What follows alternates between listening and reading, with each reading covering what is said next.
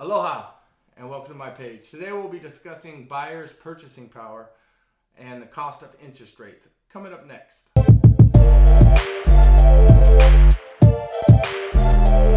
Currently, we are in a seller's market. We know we're in a seller's market because we have very low inventory and we have a bunch of buyers that want access to that inventory.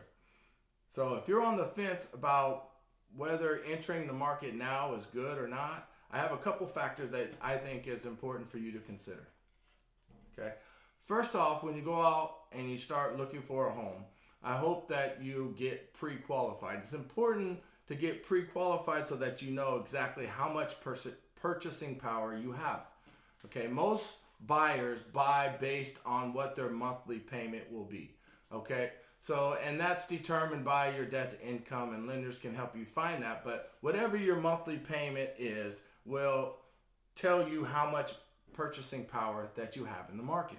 Let's look at interest. Interest is basically equal to the cost of money. If you think of interest as the cost of money, you can tell as interest rates go up, the cost of money goes up, and as interest rates fall, the cost of money falls. Let's take a look at this graph.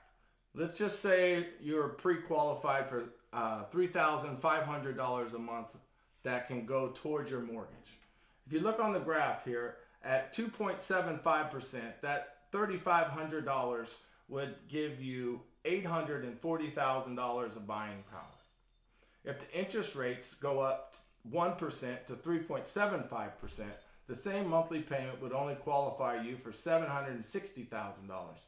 So this is an example where a 1% change in interest rate actually reduced your buying power by $80,000. Another factor that we must take into consideration is appreciation, right? We invest in property so that we would ultimately get a return on our investment. So right now, if we took, say, a 10% appreciation on that same $800,000 home, in 1 year, theoretically, that home would now be worth $880,000. So that money is, the cost is not getting in the market, is the interest rates can go up, reducing your purchasing power, plus the amount the house went up. So now if you wait till next year, that same house costs you $880,000, or maybe you got in now and that $80,000 that you made in that year goes in your pocket instead of on your purchase price. So now that we understand interest, which is the cost of money, let's look at some of our predictions or which direction is the market going. So I took a look at Freddie Mac. Freddie Mac's a government-sponsored corporation that purchases home loans for lenders on the secondary market. So Freddie Mac states their current interest rate right now is 3.1%. Now that's an average. But Freddie Mac predicts that interest rates are going to rise to 3.7% by the end of 2022. I took a look at the Home Buying Institute. HBI also predicts interest rates, suggesting they could rise as above 4% by 2022.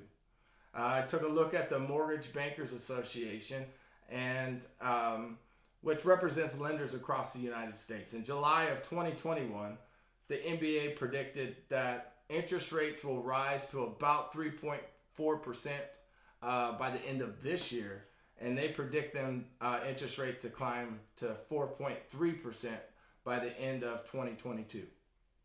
So by understanding the market, we can see which direction it might be going. Right now, it looks like interest rates are heading up, so there is going to be a cost to waiting right now in the market. Now, if you're a seller, this information is also relevant to you because as you list your house, right, the number of buyers that will be available to purchase your house or afford your house, knowing what we know now on the scale, will also decrease. So contact me today so we can start working together. Until then, keep living aloha and keep making memories.